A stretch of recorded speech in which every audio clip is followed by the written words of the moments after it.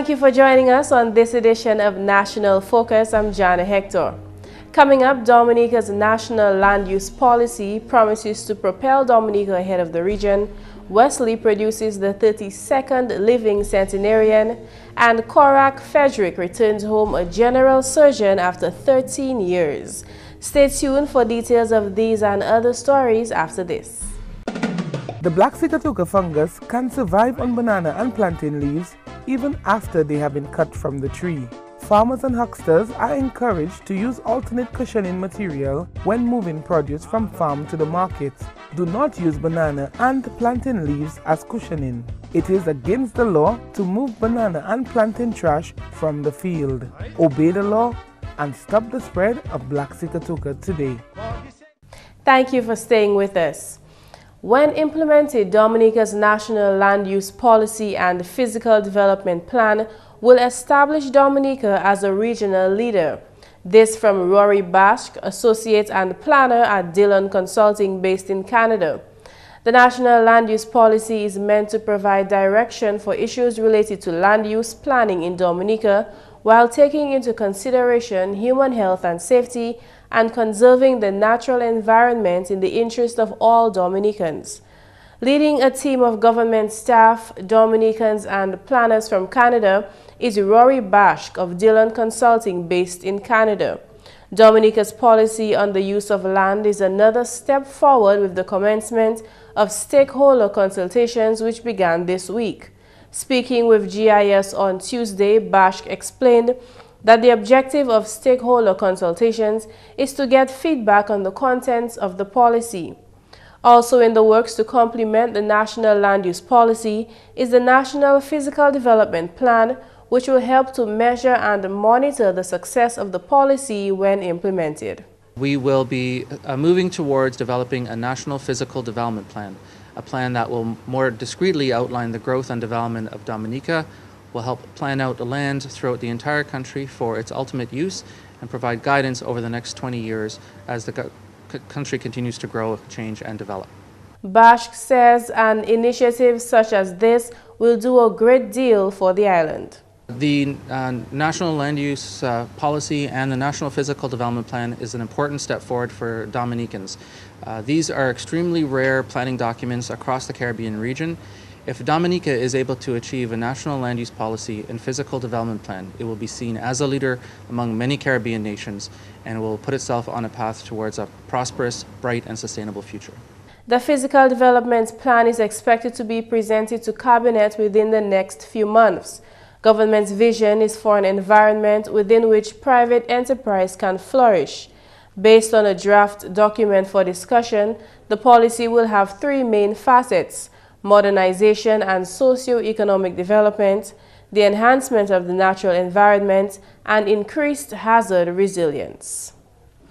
In other news, 35-year-old Dr. Korak Frederick from the community of Sensei in the Kalinago territory has returned to the land of his birth, determined to make his contribution to the upgrade of the nation's health services. GIS News spoke with Dr. Frederick and he shared the very inspirational chronicle of his journey from Sensei to Cuba and back to Dominica. His dream of becoming a doctor began with him playing pretend doctor. This dream came from primary school. When I was in grade 7, I had a teacher of mine whose name was Mr. Julius Green, who we did a skit, and to the whole community, and I was acting as a doctor, but in this point I was acting as an orthopedic. And another friend of mine he was very tall and I had to cut his legs so that he could be able to get shorter. That was the aim of the act. And from there, everybody in my community basically called me doctor. They started calling me doctor, I had this dream, but sometimes at this a very young age, you want to be something else. You always want, you keep switching each time. So, but I finally made up my mind when I was in in fourth form in St. Andrews High School. That is when I really started to work out to achieve my goal. After graduating from the St. Andrews High School in 1997, Korak spent 2 years working numerous and varied jobs, all the while volunteering in his community and performing with the Carifuna group.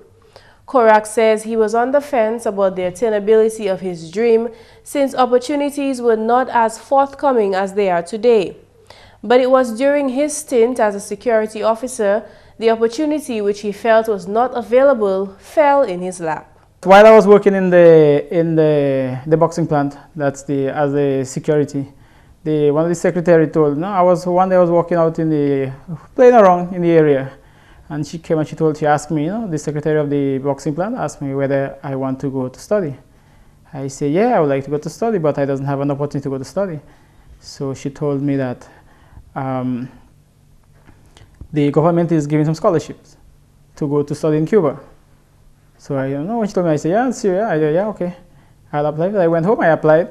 While his application was being processed, the then 22-year-old found work with the Drug Prevention Unit. This work moved him to assist in combating the drug and alcohol issues evident in his community, an area in which Korak still hopes to make a difference. While on a training workshop overseas with the Drug Prevention Unit, he got word that his application was approved. Korak had gotten a scholarship to Cuba to study medicine.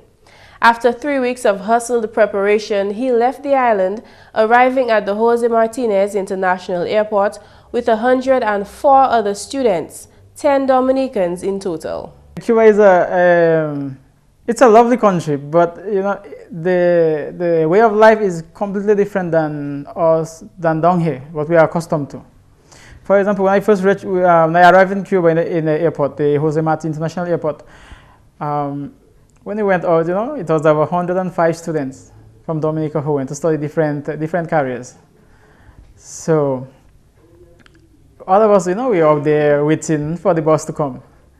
And we were expecting a nice bus to come with a big air condition, As you go out somewhere, you expect some nice bus to come. So the bus came, we saw some bus come with some hard seats, very hard seat.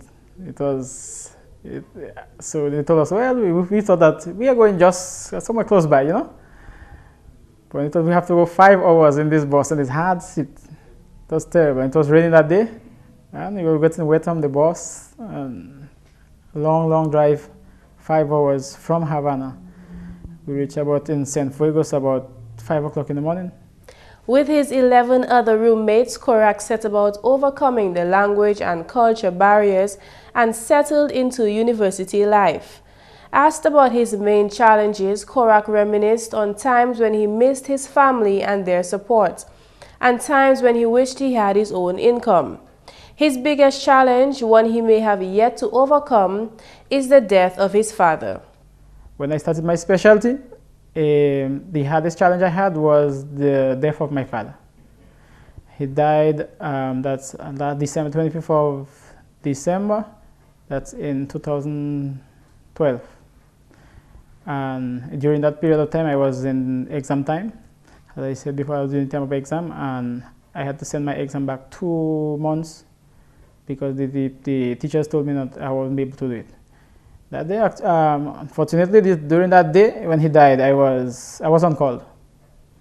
So I was on my way to the hospital when I got the call. It's Christmas Day. You're expecting to find a nice call, a welcome. Merry Christmas on this day. So when my girlfriend called me, and she told me that my mother called, and she said, my father died this morning. His father was often absent because of his alcoholic lifestyle, he says, but he remembers the two of them going fishing on rare occasions. I would tell other people who are out to study that make the best use of their time with their mother and their father. That is very important because when they are gone forever. They are not there anymore. When his father died in 2012, the two had not seen each other in 4 years. Korak smiles though when he mentions that he found comfort at that time in the birth of his daughter.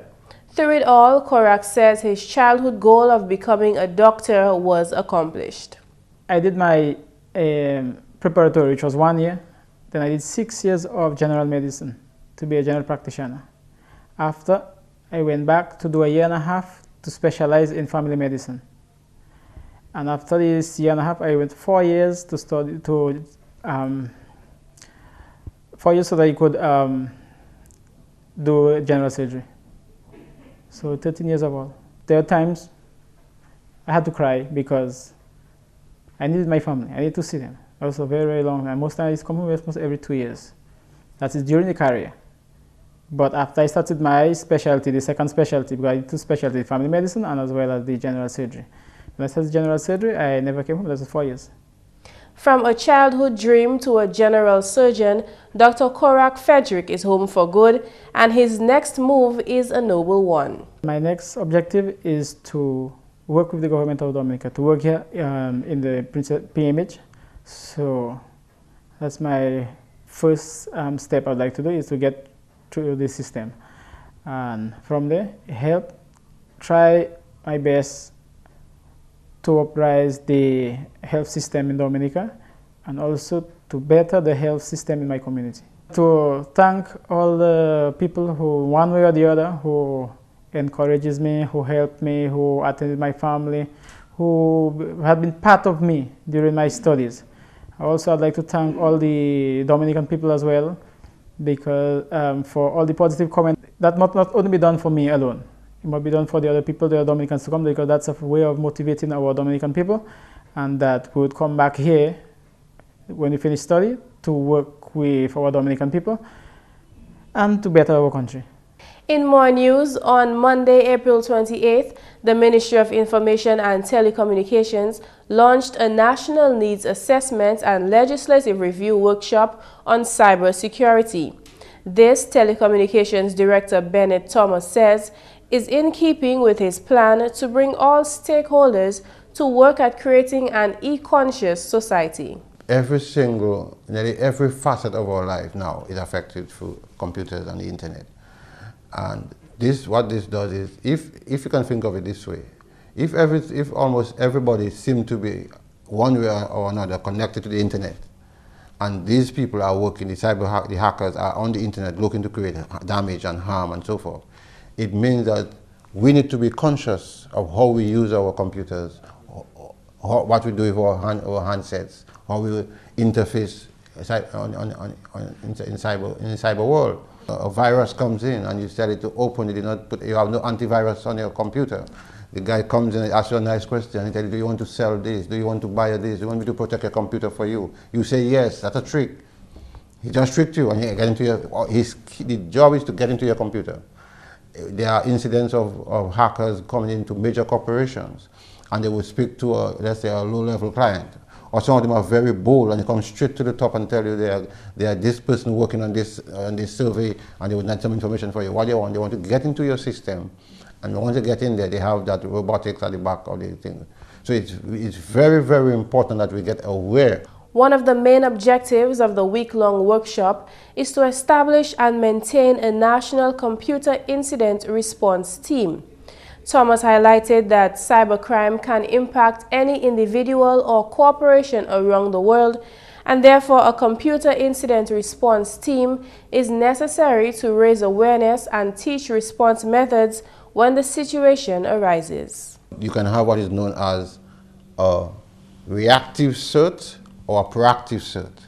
The reactive cert is you are hit, somebody hits you, a criminal hits you, and you are about to act upon it, and how you go about doing that. There is the issue of public awareness, of dissemination of information, how to do that. So there will be training of media personnel of how you handle an incident like this. For example, some hacker hits a bank. Obviously, you don't want people to know it hit your bank, so to speak, because it can cause some issues on credibility and people want to pull their money away from the banks. So there has to be a way of managing that kind of information, and that's why it's important that the media, when you have those kind of meetings and capacity building, that the media comes in, that they need to know how what kind of questions you ask, how to ask those questions, because that can jeopardize your economic infrastructure of the country. People afraid to go to the banks and you say the wrong thing and everybody will pull their money out of the banks. When responding to the question of challenges facing the implementation of a cybercrime strategy and computer incident response team, Thomas expressed that the process simply requires commitment and will benefit from partnership with international experts. There are always challenges when you're working in small island states, and you have to put in those things. You have to divert certain resources into it. But I want to make it clear that you don't need millions of dollars or even thousands of dollars to get that. I went to a cybersecurity meeting in Uruguay, and the head of the cyber team in Argentina began with 2 computers. And some people, a young lady in Guyana, she has no cyber laws in place, like us. All she has is just the name, but there is nothing in place. And that one is too rudimentary, but the fact is you don't need millions of dollars to start. All you need is the commitment to do so, and 1 or 2 computers, some people trained in that area, and you can begin to start something. Once we started going, we can build upon it. You can go in what you call a modular approach. The director noted that the objectives, once established, will significantly contribute to the nation's economic growth. Because it's a new area of work, it creates new avenues for employment. So you can have people who are trained as network operators, as security analysts, as database managers, as IT professionals. So it creates a new avenue of work, and that's one area where we can expand our employment opportunities.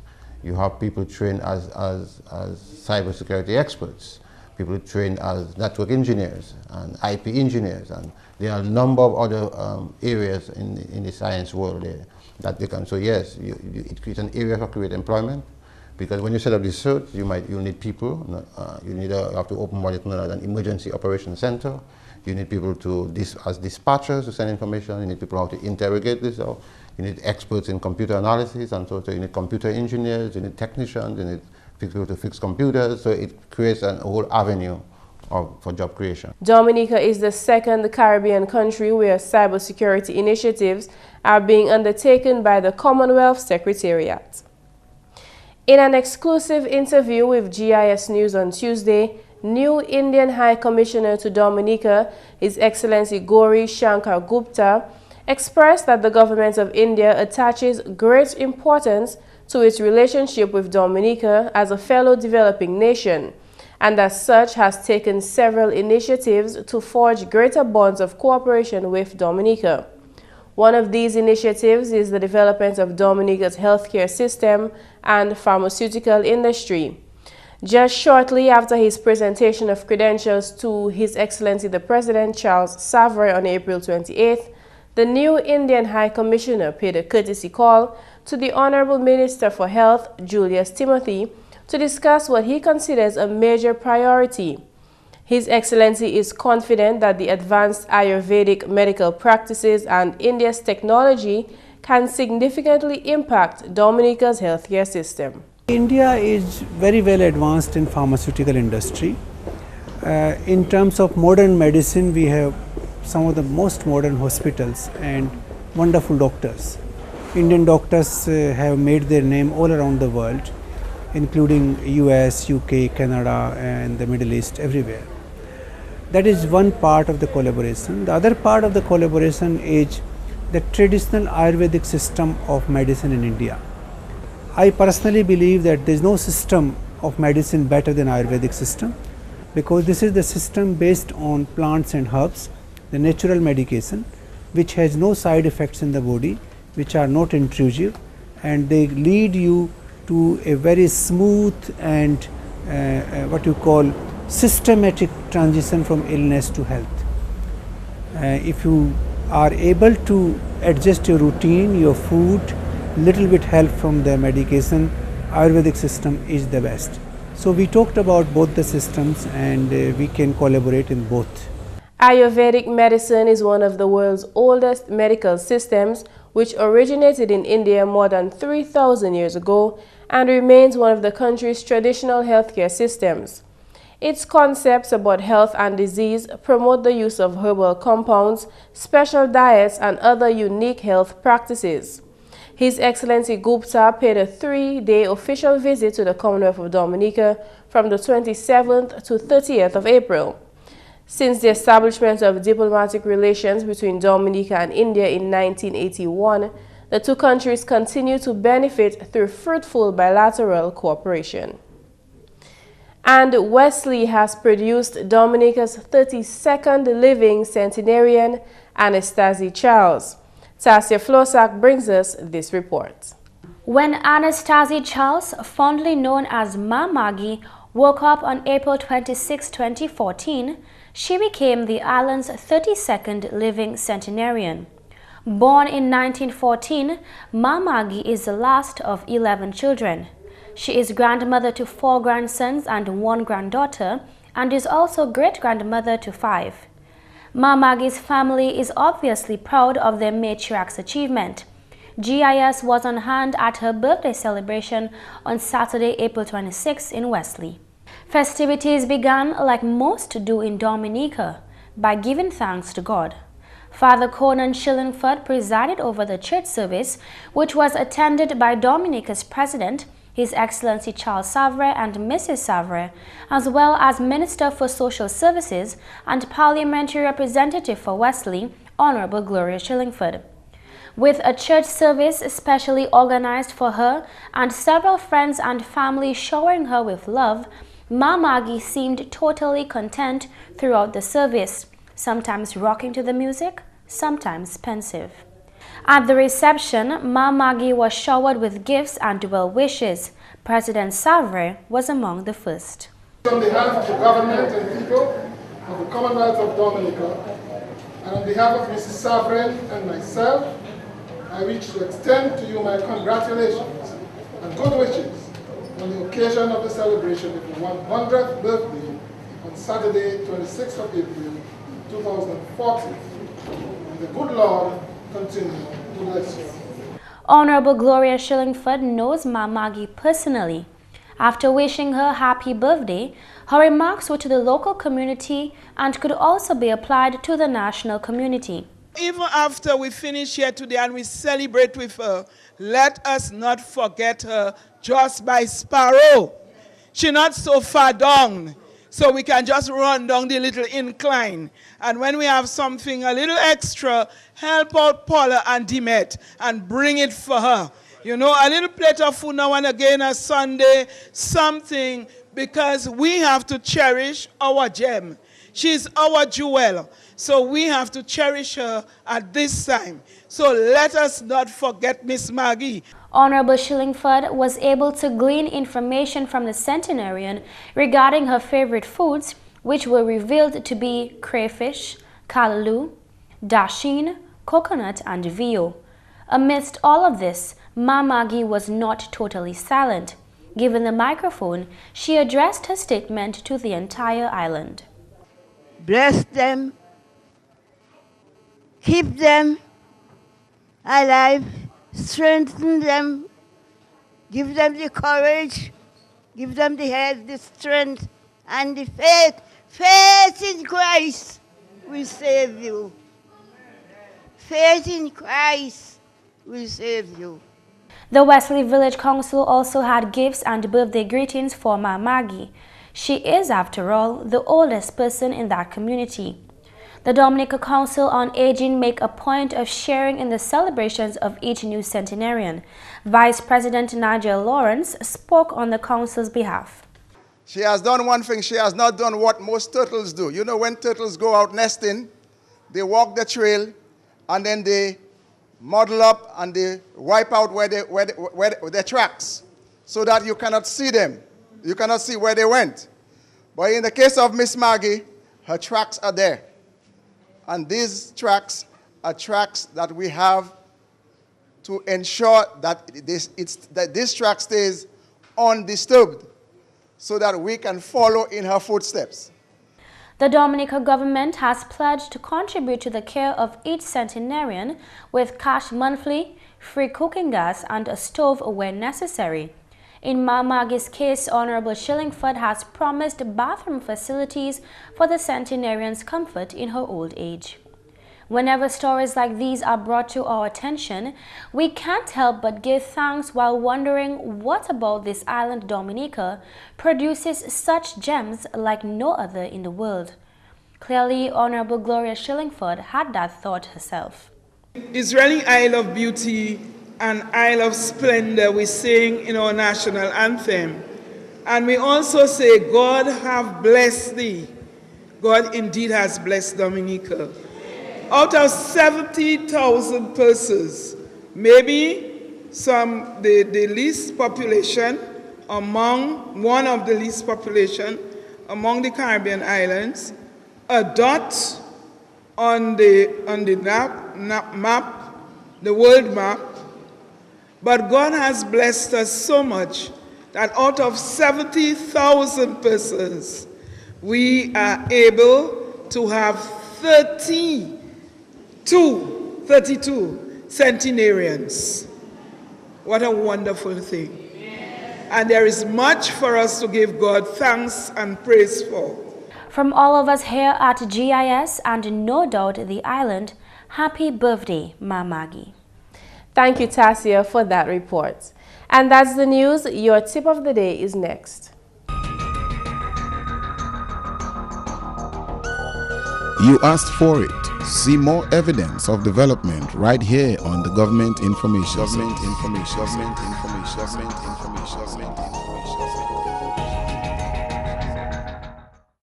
It seems that with the passage of time, we may have lost the drive to be courteous, but no matter the trend, courtesy never goes out of style. Taking the extra second to say thank you, please, and even you're welcome still have the same effects that it did 20 years ago. Look out for your next opportunity to be polite to someone else. And that's all for this edition of National Focus. We always welcome your suggestions and your comments. Drop us an email at gis@dominica.gov.dm or visit our website news.gov.dm. Friend us on our Facebook page and be sure to like our GIS Dominica fan page. You can also catch up on past National Focus newscasts on our GIS Dominica YouTube channel. From all of us here on the GIS News Desk, thanks for watching and join us again next time on National Focus.